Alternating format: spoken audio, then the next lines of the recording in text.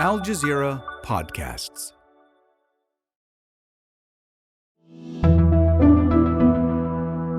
Today, a ceasefire in name clashes on the ground between Pakistan and the Taliban. The worst cross-border fighting since 2021 has devastated communities on both sides of the border. How did the two sides reach this point, and can their fragile truce last? I'm Kevin Hirten, and this is The Take.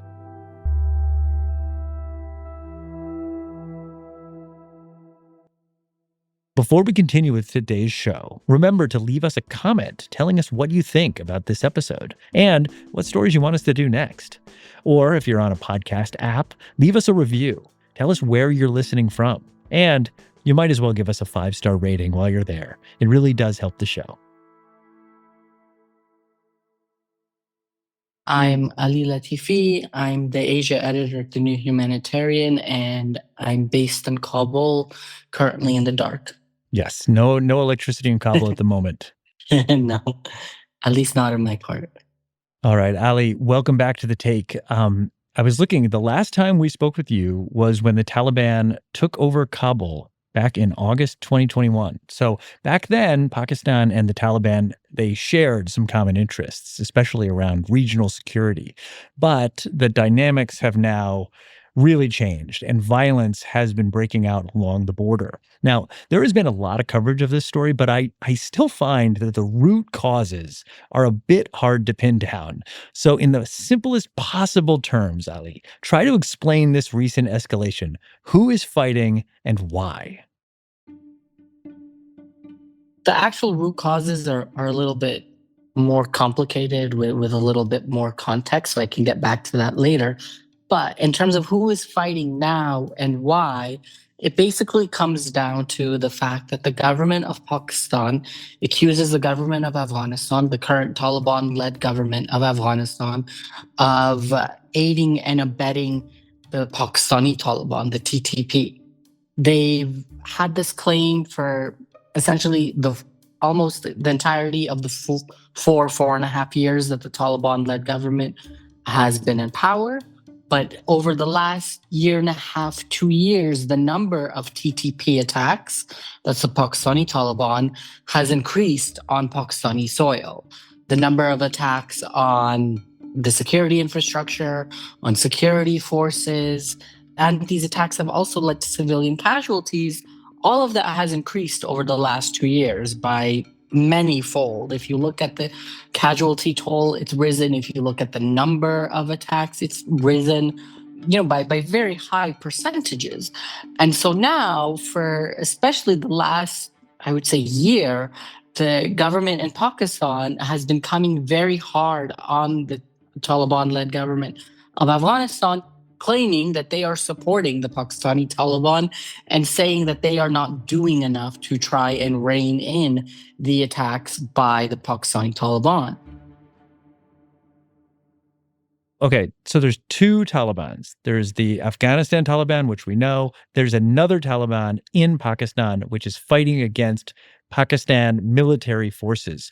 Why are they fighting? Why is the TTP, the Pakistan Taliban, why are they fighting against the Pakistan military? So this is what I meant about the context. Now, Pakistan has several pre-existing issues that it's also dealing with at the same time that it's dealing with this insecurity. Now, the reason that there is TTP comes down to many things. Basically, the Pakistani military for decades now has been conducting military operations in the tribal areas of Pakistan, which is a majority Pashtun area. And that has led to an insurgency.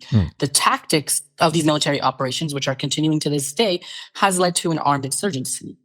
And at the same time, Pakistan has massive issues in terms of its treatment of both its Pashtun minority and its Baluch minority. And so both communities have both an armed wing that is fighting the Pakistani government for what it claims to be abuses and exclusion and confiscation of their resources and forced disappearances and all sorts of issues, all sorts of gripes that they have against the government.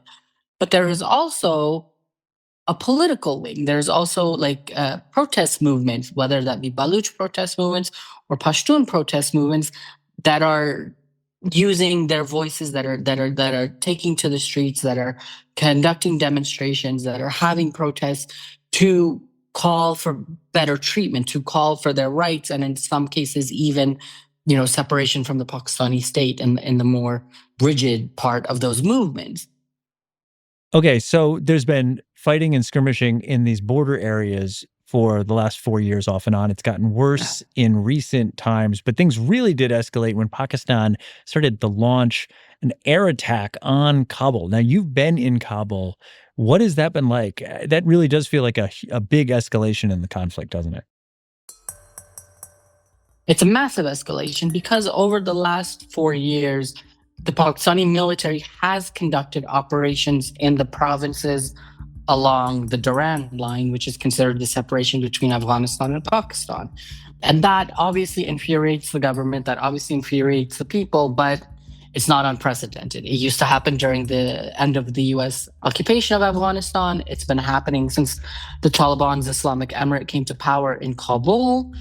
But the difference was that over the last 2 weeks, there have been strikes on Kabul itself, right? Because if you look, the distance from these areas that are, essentially considered the border, at least by Pakistan, between Pakistan and Afghanistan and Kabul, it's quite a distance. It's several hours by car. And so for them to be able to come and fly over the Kabul skies was considered a massive infringement on sovereignty. It was considered absolutely blatant. And the government in Afghanistan, the Islamic Emirate government in Afghanistan, took it very seriously. Yeah. They saw it not any different from if a NATO drone were to attack Afghanistan again. Pakistan military was targeting the leader of the Pakistan Taliban, Noor Masood, right? That was on This is October what they 9th. claimed. Yeah. Yes, this is what they claimed. And did they kill him? No, he sent a voice message saying, "I'm fine. I'm in near Peshawar." Wow. On Pakistani territory. So again, these tactics, they have echoes of, what the US used to call its war on terror, which affected Pakistan just as much as it affected Afghanistan. These sort of claims that we're going after this quote unquote terrorist leader and we killed him. And then an hour later, he turns out to be perfectly alive. And you wonder, who did you really kill? Where did you really attack? And what did you even gain by doing this? So things have been escalating. About a week of deadly fighting, they finally agreed to a ceasefire, which was mediated by Qatar and Turkey. Yet the violence hasn't fully stopped. What are you hearing from the people about the state of this fragile ceasefire? There have been reports that there are skirmishes, that there is fire, but as far as I've heard, it hasn't been anything to the level of what it would have been 2 weeks ago, and the ceasefire seems to have held. It's nowhere near to the level of the violations that, say, Israel has been conducting against its ceasefire with Hamas. The low bar. Yeah, it's a low bar, but it's a bar. Let's try to take this from both points of view, starting with Pakistan. Now, it claims the Taliban hasn't done enough to stop groups like the Pakistan Taliban, which, as you said, is known as TTP, and the BLA. The Baloch Liberation Army, or the BLA, is leading the charge. They have been on an attacking spree. Now, that's easier said than done, right? So the question is, how much control does the Afghan Taliban have over these fighters along the border? If you look at the last 2 years in the region, Pakistan has accused Afghanistan. Afghanistan has accused Pakistan. India has accused Pakistan. Iran has accused Pakistan. Pakistan has accused Iran, and they've all been attacking each other in different ways over the last 2 years in terms of accusations about supporting quote unquote terrorist groups, right? But we've never really seen clear proof from any of these countries for what they're saying, right? And the truth is that The problems in Pakistan are still an internal issue.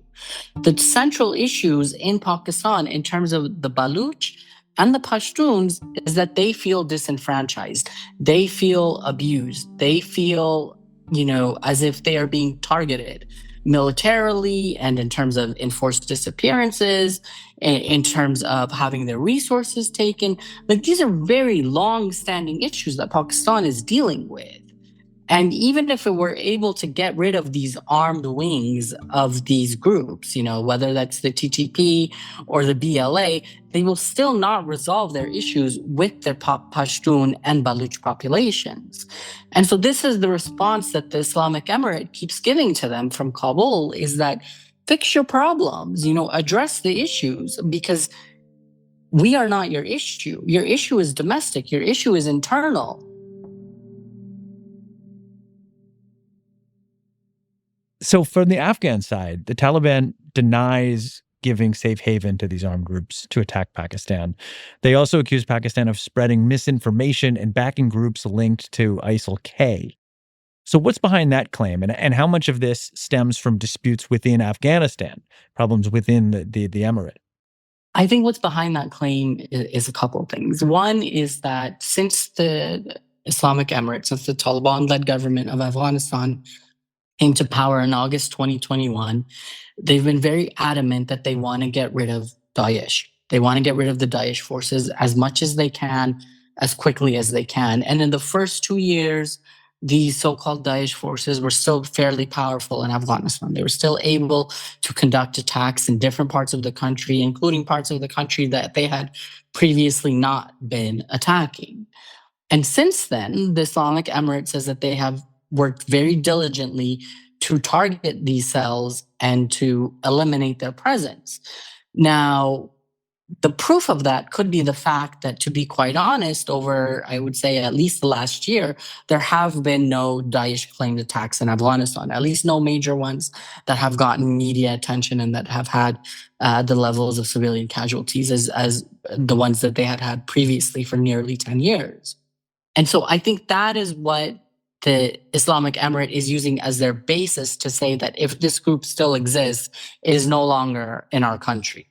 And they are claiming that the forces that are now alleged, according to them, regrouped in Pakistani territory were also the ones that carried out attacks on Iran and Russia. But again, we're in a situation where Pakistan is blaming Afghanistan. Afghanistan is blaming Pakistan. And at the end of the day, no one really knows if any of it is accurate, if any of it is real, if any of it has any merit. We'll have more with Ali after the break.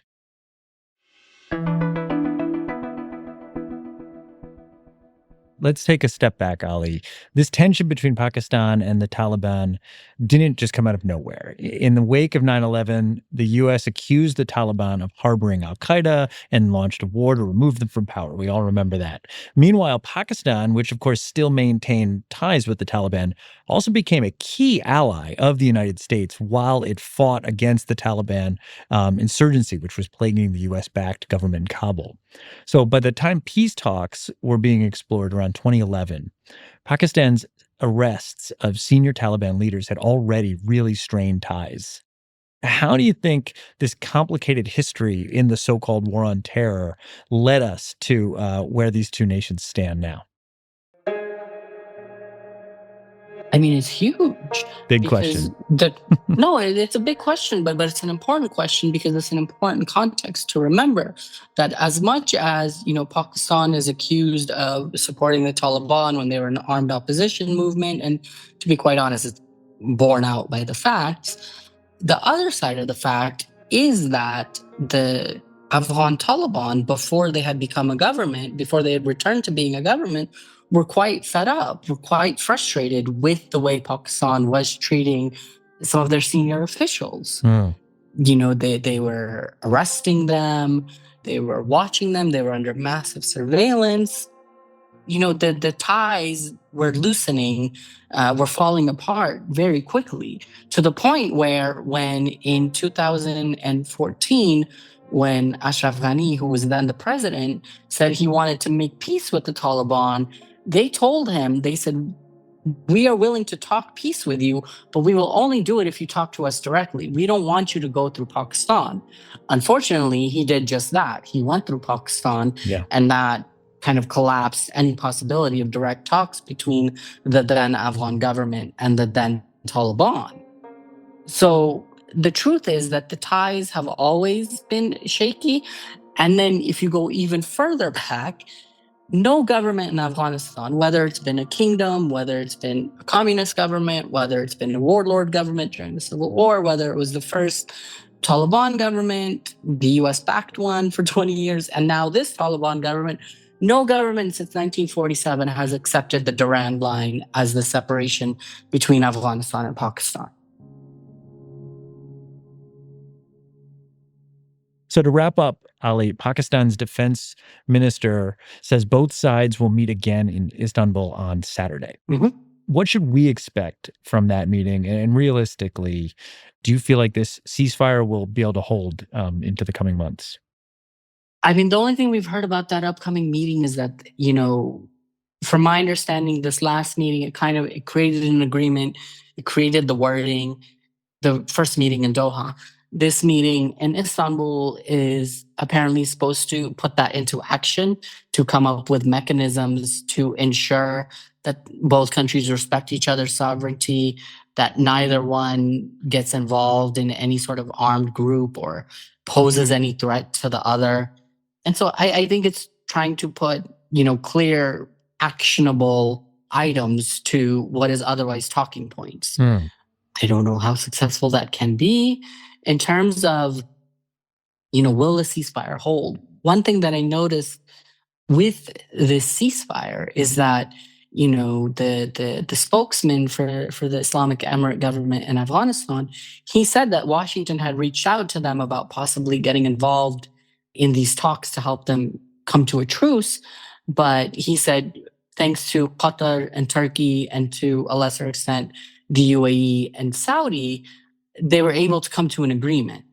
And so they didn't need, you know, the West to get involved. So on the one hand, it shows that, you know, regional countries are able to hopefully like start to work out things amongst each other, you know, to support each other and to help them sort of resolve issues, which will hopefully sort of like diminish some of the reliance or the power of outside Western countries. But also, I think it's really important when you look at the cast of characters, because it's Afghanistan, it's Pakistan, it's Qatar, it's Turkey, and again, to a lesser extent, the UAE and Saudi. And if you look at it, all of these countries are very close to each other. They all have very good relations with one another. Obviously, Turkey is Pakistan's closest, you know, partner politically, diplomatically in the world, but Turkey is also very good with the Islamic Emirate government in Afghanistan. Qatar is also very good with the Islamic Emirate government in Afghanistan. And again, even if you go a little further out, the UAE and Saudi has a security pact with Pakistan. So it sounds like there's a lot of regional incentive for peace. What about domestically? From what you know about both of these governments, what's at stake there? Which do they benefit from peace, or do you think that one or both of these sides would actually benefit more from it furthering that antagonism? I cannot understand which side would benefit from the antagonism, especially Pakistan, because Pakistan currently has massive economic issues. They have massive rights issues with, as I said, entire segments of their population. You know, there's millions of Baluch, millions of Pashtuns in that country that feel disgruntled, that feel not represented, that feel attacked. Like, those are serious issues that they have to address. You know, they have a former prime minister in jail who, even in jail, can organize massive protests of people to call for his return. You know, so Pakistan has much bigger issues to deal with. You know, this seems like the most crazy distraction to me. Like, I don't understand what they could possibly get from it. I don't think that Afghanistan has anything to gain from it either. And to be fair, Afghanistan's Minister of Defense has repeatedly said, we will not attack unless we are attacked.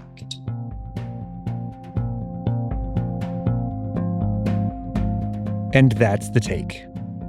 This episode was produced by Sarí el-Khalili, Noor Wazwaz, Marcos Bartolomé, Melanie Marich, and Fatima Shafiq, with Amy Walters, Farhan Rafid, Tamara Khandaker, and me, Kevin Hirten. It was edited by Kylene Kiang. Our sound designer is Alex Roldan.